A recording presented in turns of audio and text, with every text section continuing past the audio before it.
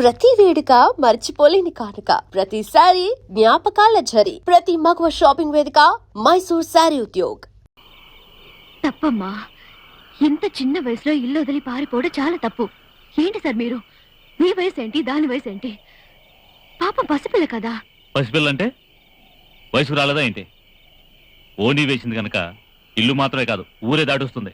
ఎందుకంటే నా మీద తనకంత లవ్. దీని పేరు లవ్ కాదు, ఇన్ఫాక్చుయేషన్. నువ్వు ఇన్ఫాక్చుయేషన్ అనుకో, లేదా రివెంజ్ అనుకో. వీళ్ళ అబ్బకు చెరగొట్టడం అంటే మహా ఇష్టం. అది ఊళ్ళో వాళ్ళ ప్రేమ అయినా సరే, పెళ్ళైనా సరే.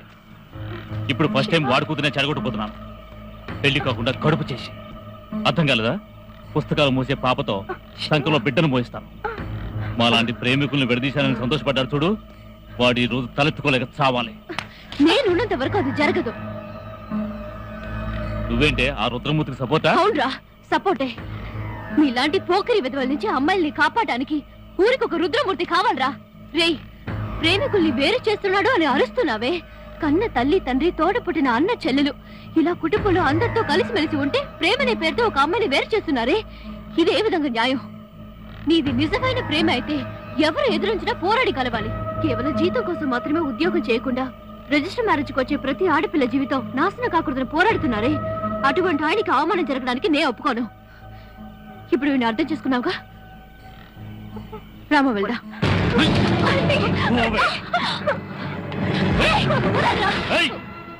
16 ఏళ్ల పిల్లతో ప్రతీకారం తీసుకోవాలనుకున్నాను. ఇప్పుడు 20 ఏళ్ల పిల్ల బోనస్ గా వచ్చింది. ఒక చూపు చూడాల్సిందే.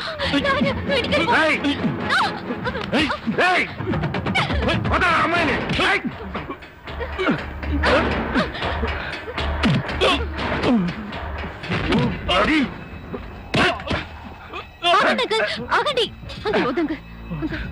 వదిలేండి. దీన్ని పెద్దది చేశారంటే మీరు ప్రాణం కంటే ఎక్కువగా భావించే మీ పరువు పోతుంది. క్షమించి వదిలేస్తే ఈ గొడవ ఇంతటితో పోతుంది.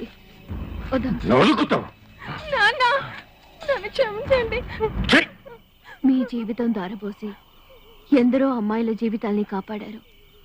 ఇప్పుడు మీ ఇంట్లోనే మీకే తెలియకుండా తప్పు జరిగింది. మీరు కాపాడిన వాళ్ళ తల్లిదండ్రుల బ్లెస్సింగ్స్ ఇప్పుడు మీ అమ్మాయిని కాపాడాయి. తనను క్షమించండి అంకల్.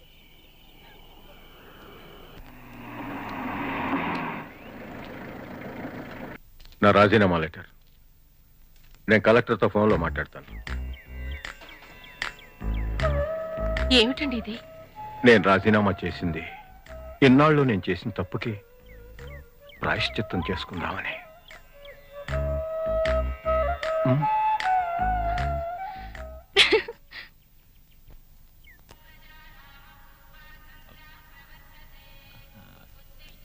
నమస్కారం సార్.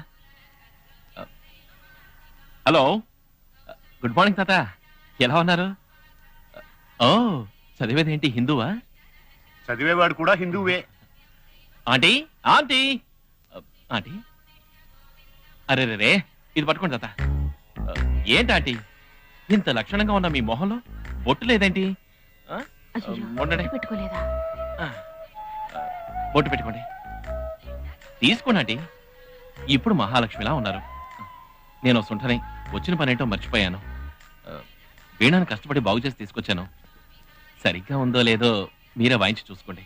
సంసారం తప్ప సంగీతం గురించి ఆలోచించే టైం ఎక్కడుందా మీకు? వీణ వాయించాలన్నా, విమర్శలు రాయాలన్నా మా తమ్ముడికే చెల్లింది. అవును బాబు, సంగీతము సంతోషము తాండవమాడుతుండే ఇల్లు బాబు ఇది.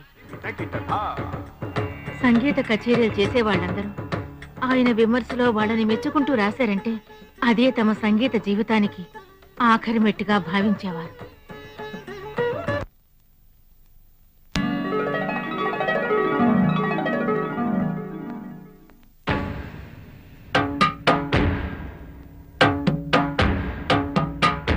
ఆపోయ్, పాటలో జీవం లేదు, స్వరప్రయోగం సరిగ్గా లేదు.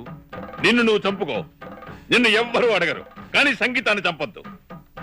అది అడగడానికి ఈ వెంకటాచలం ఉన్నాడు. రేపు ఉదయం పేపర్ చూడు, నీ తలరాతే మారిపోతుంది. ఈ రోజు ఆయన పెన్ను నీ సంగీతానికి ఫుల్ స్టాప్ పెడుతుంది.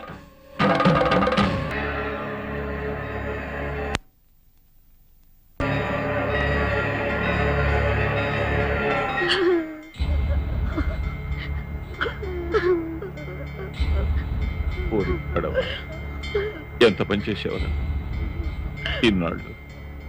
ఈ వెంకటాచలానికి మంచి విమర్శకుడని పేరుండేది, నాకు హంతకుడని పేరు తెచ్చిపెట్టావు కదరా. పాపండి, విమర్శ అనే పేరుతో మా కుటుంబాన్ని ఇలా సర్వనాశం చేశావు కదయ్యా. ఇప్పుడు తృప్తిగా ఉందా? తృప్తిగా ఉందా? అసలు విమర్శ చేయడానికి నువ్వెవరు? చేతికొచ్చినట్టు రాసి ఒక ప్రాణాన్ని బలి తీసుకున్న మహాపాపివి నువ్వు. బాగుపడవు. లేదమ్మా, నేను మాట్లాడుకో. ఇంకొక నిమిషం ఇక్కడ నిలబడకు. వెళ్ళు, వెళ్ళు బయటికి వెళ్ళు. నీ రాతల వల్ల ఇంకా ఎన్ని కుటుంబాలు, ఎంతమంది పిల్లలు అనాథలు అవుతారో తెలియలేదు.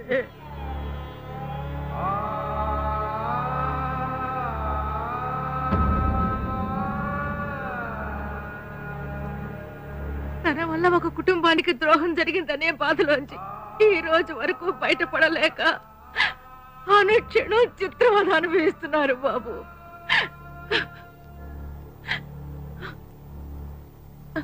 ఆ రోజు నుంచి ఈయన రాయడం మానేశారు. ఈ ఇంటి సంతోషం, ప్రశాంతత అన్నీ పోయాయి.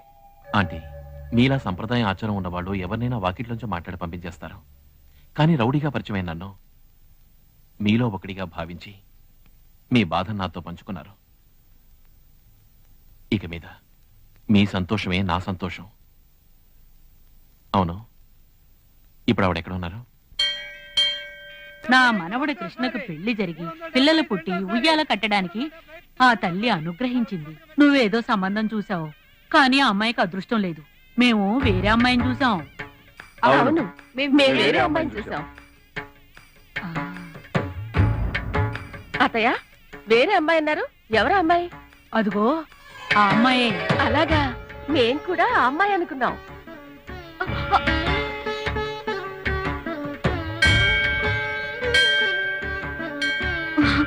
సారీ. ఏంటమ్మా, ఏదన్నా మొక్కుకున్నావా? అవును, విడిపోయిన మా అమ్మ నాన్న మళ్ళీ కలవాలని ప్రదక్షిణలు చేస్తున్నాను. మేము మా అబ్బాయికి వెంటనే పెళ్లి చేయాలని అనుకుంటున్నామమ్మా. అయ్యయ్యో, బాల్య వివాహానికి చట్టం ఒప్పుకోదండి. వీడు చాలా చిన్న పిల్లాడిగా. అయ్యో, వాడి కాదమ్మా, మా అబ్బాయికి. ఓ, మీకు ఆ అబ్బాయి ఉన్నాడు కదా? నేను సరిగా గమనించలేదు. ఎలా ఉంటాడు? ఎర్రగా బుర్రగా యాపిల్ పండులా ఉంటాడు.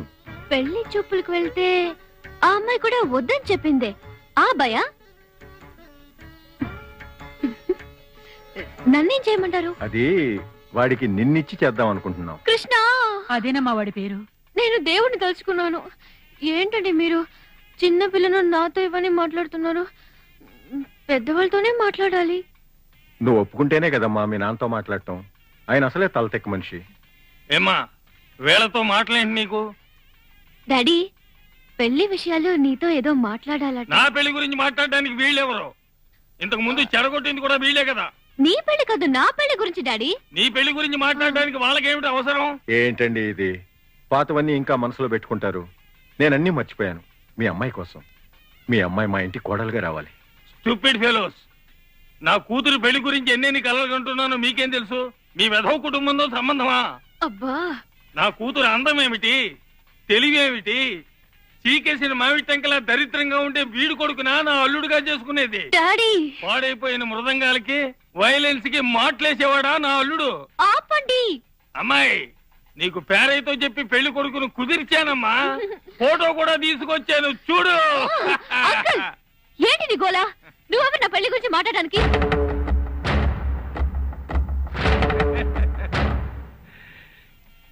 అలా రా దారికి. నువ్వు ఎవరివో అందరికీ చెప్పు. నేను ఇక్కడికి ఎందుకు వచ్చానంటే,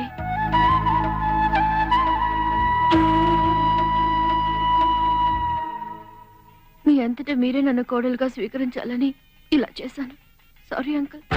తల్లి, నువ్వు మా ఇంటికి వచ్చావే, ఆ రోజే తెలిసింది నువ్వేదో ప్లాన్ తో వచ్చావు అని. కానీ అది అందరికీ తెలియాలి కదా. అందుకే చూడు, వీళ్ళు నిన్ను కోడలుగా అంగీకరిస్తారో లేదో గాని నిన్ను నా బిడ్డలాగా చూసుకుంటున్నాను. ఈ ఫోటో చూడు. రుద్ర, ప్రేమించుకున్నా పెద్దవాళ్ళని ఒప్పించడానికి కష్టపడుతున్నారు. వాళ్ళని కాదనకండి. పెళ్ళైన తర్వాత కాదు, ఇప్పటి నుంచే ఈ మా ఇంట్లోనే ఉంటుంది మా కోడలిగా.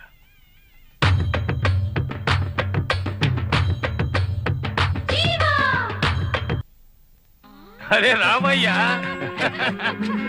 Super getup. రండి ఆంటీ రండి. ఎందుకు సిగ్గుపడుతున్నారు? రండి. చూసావా బామ్మ నీ మడిచిన కోడల్ని? ఇక్కడ నువ్వు మీ మామగారికి అత్తగారికి మడిచీర పంచికట్టు కట్టబెట్టినట్టుగానే ఈ పాటికి మా మనవడు మీ ఇంట్లో వాళ్ళందరినీ మా పద్ధతిలోకి మార్చేసి ఉంటాడు. సరే సరే, అక్కడ కృష్ణ ఏం చేశాడు? తాంబూలాలు పుచ్చుకోవడానికి ఎప్పుడు వస్తున్నారో అడగండి. అదే ఎక్కడ కాంటాక్ట్ చేయాలి? Uncle phone number aunty body కొలతల్లో ఉంది. ఫోన్ నెంబర్ ఏంటో తెలుసా? 58301552. వీళ్ళు పిల్లలు కాదు, పిడుగులు. అడిగో మాటలోనే వచ్చాడు.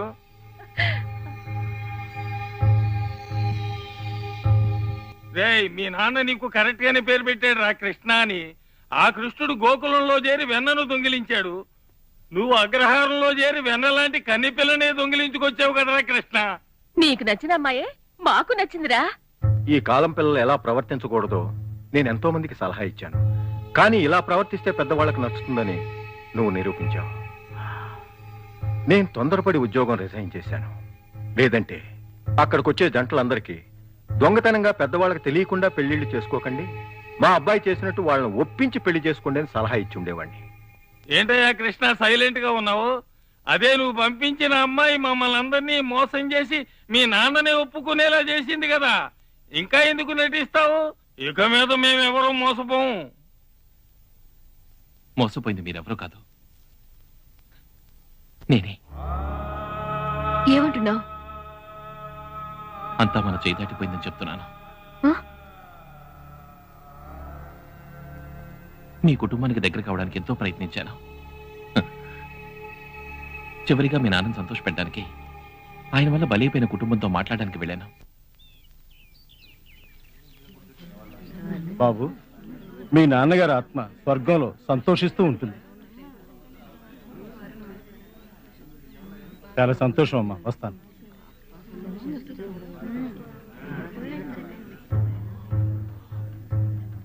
నేనొచ్చింది చితికిపోయిన కళాకారునికే కాదు, మనసు చితికిపోయిన ఒక కళాకారుడి కుటుంబం కోసం. సంగీత విమర్శకులు వెంకటాచలం గారి ఇంటి నుంచి వస్తున్నాను. అక్కడి నుంచి వస్తున్నావా? ఆ రోజు ఇక్కడికి వచ్చి అవమానపడింది చాలక ఇంతకాలానికి నేను ఇక్కడికి పంపించాడా రాయబారానికి? రాయబారం పంపలేదు. ఆయన ఈ ప్రపంచంలో ఉన్నారన్నదే మర్చిపోయి తనకు తానే శిక్ష విధించుకుంటున్నారు. ఆయన విమర్శ అన్నది బంగారాన్ని పుట్టం పెట్టే నిప్పు లాంటిది. అది వాళ్ళలో ఉన్న కళని మెరుగు పెడుతుంది. కానీ మీ వారు దాన్ని కేవలం నిప్పుగా భావించి దాన్ని తానే దహించుకోవడం వల్ల ఈ సమస్య. సంగీతాన్ని ఆరాధించే వారికి శాశ్వతంగా ఎవరి మీద కోపం ఉండదనే నమ్మకంతోనే నేను ఇక్కడికి మిమ్మల్ని వెతుకుంటూ వచ్చాను. ఒక మామూలు మనిషిని మహాత్మునిగా మార్చడం కోసమే దేవుడు మర్చిపోయే శక్తిని, మన్నించే శక్తిని మనిషికిచ్చాడంటారు.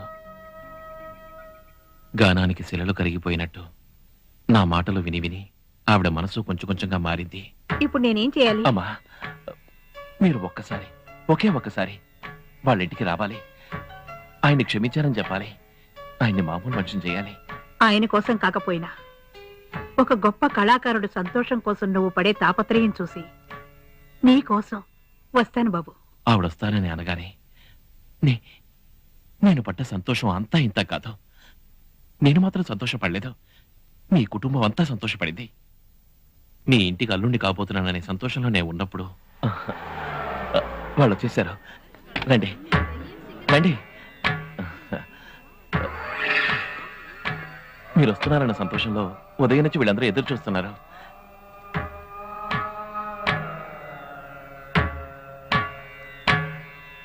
రండి. ఏంటంటే బాకిట్లో నిల్చోబెట్టారు, లోపలికి తీసుకెళ్ళండి. అన్నీ అరేంజ్ చేశాను. ఈ స్టిల్ సంగతి మర్చిపోయానే. ఏదేదో చెప్పి ఎలాగైనా మీ ముందుకొచ్చి నా మనసులోని భారం దించుకునేలా మిమ్మల్ని క్షమాపణ అడగాలనుకున్నాను. కానీ నన్నేం మాట్లాడనివ్వకుండా మీరు నా నోరు కట్టేశారు. వదిలేయండి, మనసులో ఏం పెట్టుకోకండి. నేనిప్పుడు ఇక్కడికి వచ్చింది మిమ్మల్ని క్షమించడానికి మాత్రమే కాదు, అంతకు మించి మిమ్మల్ని ఒకటి అడగాలని. మా అబ్బాయి మీ అమ్మాయిని ఎక్కడ బాబు? సౌత్ ఇండియన్ మ్యూజిక్ కాంపిటీషన్ లో. అక్కడ చూసాట. మీ అమ్మాయి మ్యూజిక్ కాంపిటీషన్ లో బహుమతి గెలుచుకుందట. అమ్మాయి గురించి వేరే చెప్పాలా? చూసిన వెంటనే వాడికి నచ్చింది. మీ కుటుంబం మీదున్న కోపం వల్ల ఇంతకాలం వాడు నాతో ఈ విషయం చెప్పలేదు.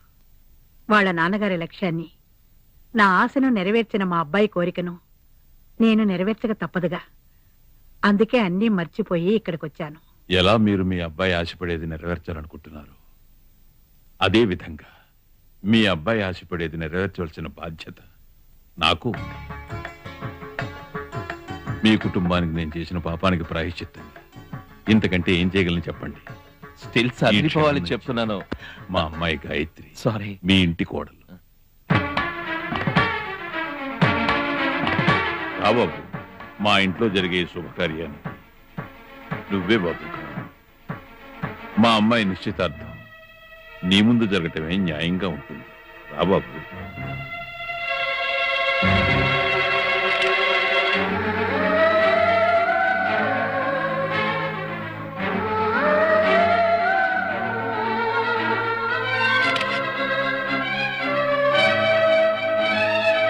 ఈ రోజు ఈ కుటుంబం సంతోషంగా ఉందంటే అది నువ్వు పెట్టిన భిక్షే బాబు.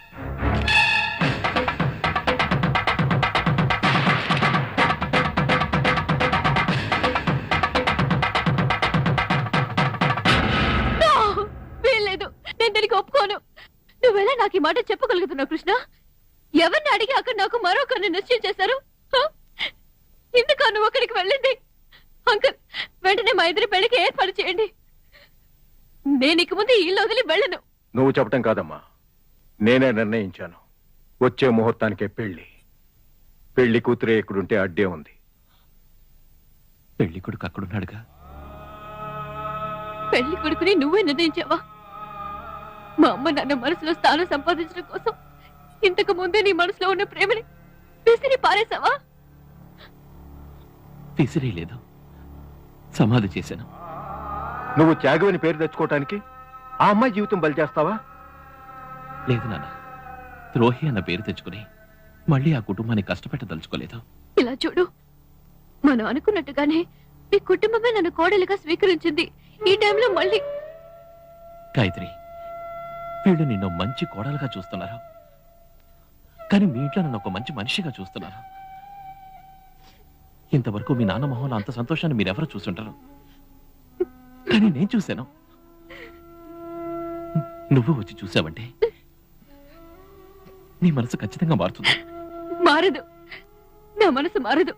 ఎందుకంటే నీకు మా అమ్మ నాన్న ముఖ్యమైనట్టే నాకు మీ అమ్మ నాన్న ముఖ్యం. వీళ్లకు దూరమై నేను ఉండలేను. అంకుల్, నేను అక్కడికి వెళ్ళి ఈ ఇంటి కోడలుగానే మాట్లాడతాను, ఆ ఇంటి కూతురుగా కాదు. తప్పకుండా తిరిగి వస్తావుగా? వస్తాను.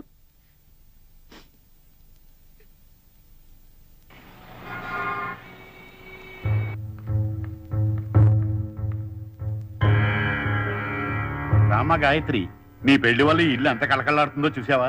మీ నాన్న చాలా సంతోషంగా ఉన్నాడు తెలుసా? లోపలికి వెళ్ళి చూడు.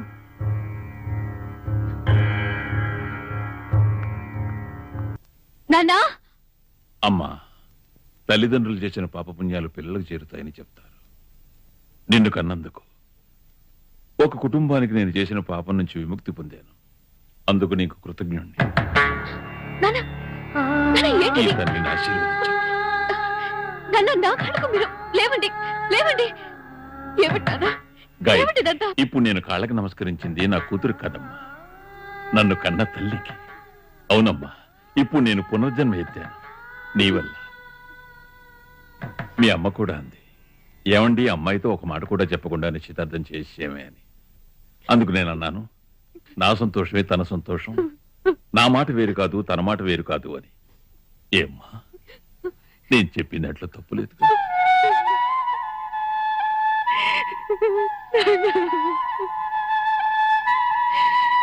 తమ్ముడు, నీ ఇంటర్వ్యూ కోసం వచ్చారట, రండి. నమస్కారం సార్, జెమినీ టీవీ నుంచి వచ్చాం. మీ ఇంటర్వ్యూ కావాలి. నేనేం చెప్పగలను? దీనంతటికీ కారణమైన కృష్ణ, రావయ్యా. అన్నిటికీ కారణం ఈ కృష్ణే. అతన్నే ముందు ఇంటర్వ్యూ చేయండి. ఈ ఇంట్లో జరగబోయే పెళ్లికి మీరే కారణం అంటున్నారు, దానికి మీరేం చెప్తారు? ఎవరికీ సంబంధం లేకున్నా ఇద్దరినీ ఒకటి చేసిందే కృష్ణ. రేపు పెళ్లిలో చూడండి, అన్ని పనులు దగ్గరుండి అతనే చూసుకుంటాడు. మీ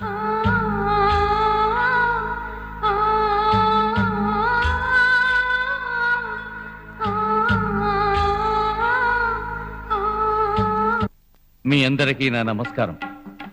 ఇది 2 సంగీత కుటుంబాలు ఒకటవుతున్న తరుణం. ఈ సంగీత వేదికకు ఎంతో ప్రత్యేకత ఉంది. ఇండియాలో ప్రఖ్యాతిగాంచిన ప్రముఖ కర్ణాటక సంగీత విమర్శకుడైన శ్రీ వెంకటాచలం గారి ఇంటి పెళ్లి సందడి. ఇక పెళ్లి కూతురు ఎవరనేది మీకు బాగా తెలుసు. వారి కుమార్తె చిరంజీవి సౌభాగ్యవతి గాయత్రి, పెళ్లి కొడుకు చిరంజీవి శివబాలు. పెళ్లి కొడుకు అని చెప్పడం కంటే మా సంగీత ప్రపంచానికే ముద్దు బిడ్డ నాలి. వధూవరులను ఆశీర్వదిస్తూ కచేరీ ప్రారంభిద్దాం. రెడీ. శ్రీరస్తు శుభమస్తు, శ్రీకారం చుట్టుకుంది పెళ్లి పుస్తకం, ఇక ఆకారం దాల్చనుంది. అరే పెళ్లి కొడుకేంటి వేదిక మీదకి వచ్చేస్తున్నాడు? నా గురించి ఏమన్నా గొప్పగా చెప్పబోతున్నాడా ఏంటి? సరే బాబు, చెప్పు చెప్పు. ఏంట్రా వీడు పెళ్లి కొడుకై ఉండి పెళ్లి కూతురు పక్కన ఉండకుండా స్టేజ్ మీదకి వచ్చి మైక్ పట్టుకున్నాడు? అలవాట్లో పొరపాటు అనుకుంటున్నారా? గతం తాలూకు బాకీ ఒకటి మిగిలింది, ముందు తీర్చాలిగా. రేపటి నుంచి నేను మిస్టర్ వెంకటాచలం అల్లుణ్ణి కాబోతున్నాను. అంతకు ముందే శంకరశాస్త్రి గారు కొడుగ్గా నేను నెరవేర్చవలసిన బాధ్యత ఒకటి ఉంది. 18 సంవత్సరాల క్రితం ఇదే వెంకటాచలం ముందు తనొక మంచి గాయకుడిగా నిరూపించుకోలేక మా నాన్న ఆత్మహత్య చేసుకున్నారు. నన్ను మీరంతా ఒక మంచి గాయకుడిగా అంగీకరించారు. కానీ మిస్టర్ వెంకటాచలం, కఠినంగా విమర్శించే శ్రీ వెంకటాచలం గారు నన్ను మంచి గాయకుడిగా ఒప్పుకోవడమే మా నాన్న ఆత్మకు శాంతి కలుగుతుందని భావిస్తున్నాను. మా నాన్న సాధించలేకపోయిన ఆ వెంకటాచలం ప్రశంసను నేను సాధించాలి. నన్ను మంచి గాయకుడిగా ఆయన ఒప్పుకుంటేనే కదా నేను ఆయన అల్లుండని గర్వంగా చెప్పుకోగలను.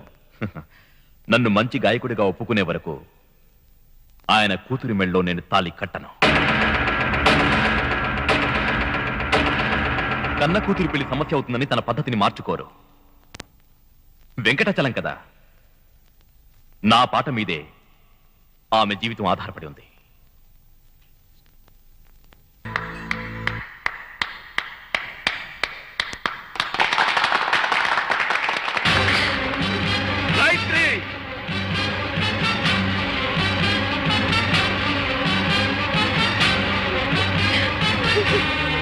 వాళ్ళని విడదీయకండి ప్లీజ్.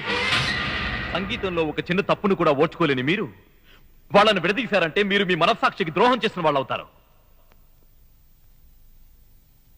కన్న తల్లిదండ్రుల సంతోషానికి విలువివ్వని బిడ్డలున్న ఈ రోజుల్లో తను ప్రేమించిన అమ్మాయి తల్లిదండ్రుల కోసం తన ప్రేమనే త్యాగం చేయడానికి సిద్ధపడ్డాడితను. వాళ్ళను విడదీయకండి. వీళ్ళిద్దరినీ ఎలాగైనా ఒకటి చేయమని నన్ను ఎంతమంది ప్రాధాయపడ్డారో తెలుసా?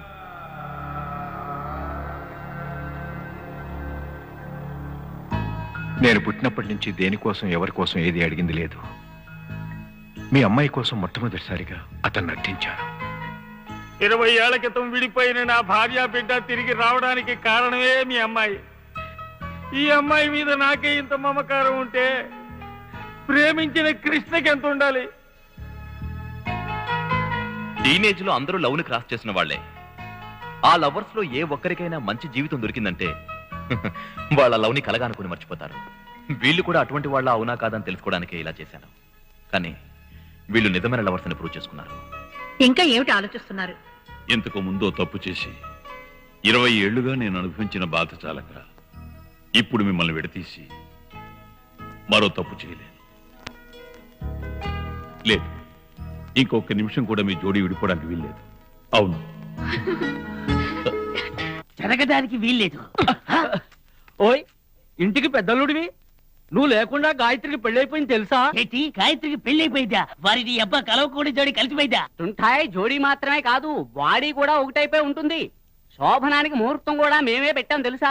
ఈ పాటికి ఇద్దరు ఒకటైపోయి ఉంటారు. వారి అబ్బా, ఇంతకాలానికి నేను ప్రేమతో గొప్పతో తెలుసుకుని కృష్ణకిచ్చి పెళ్లి చేయాలని వస్తే ఇంకెవరితోనో పెళ్లి చేస్తారా? వదిలిపెట్టరు. కృష్ణను గాయత్రి ఒకటి చెక్కుడు వదిలిపెట్టరు. గాయత్రి, నా మాట విను, తప్పు జరగకూడదు. వాళ్ళు చేసింది అసలు పెళ్లి కాదు.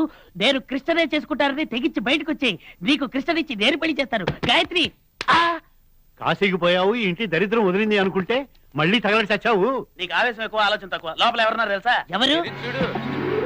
అబ్బో రే, శుభం కార్డు పడే వరకు ఈ గజ్జలు వదిలి పెట్టేట్లేడరా వీడు. And for more videos, please subscribe to iDream. Please subscribe to iDream. Please subscribe iDream. And please subscribe to iDream. For more videos, subscribe to iDream. please like, share and subscribe to the channel. Congratulations, iDream. Subscribe to iDream. Subscribe to iDream. So subscribe to iDream Media. iDream ki iDream team andarki huge congratulations. Please subscribe iDream Media. Please subscribe to iDream. Subscribe iDream. Please subscribe to iDream. iDream అంటే నా కళల channel subscribe చేసుకున్న నోరు తిరుగుతలేదు.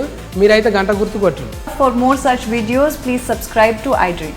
Subscribe to iDream. Please subscribe to iDream. Please subscribe iDream Media. Please do subscribe to iDream. Please subscribe to iDream Media. For best entertainment and information, please subscribe iDream. And don't forget to subscribe to iDream.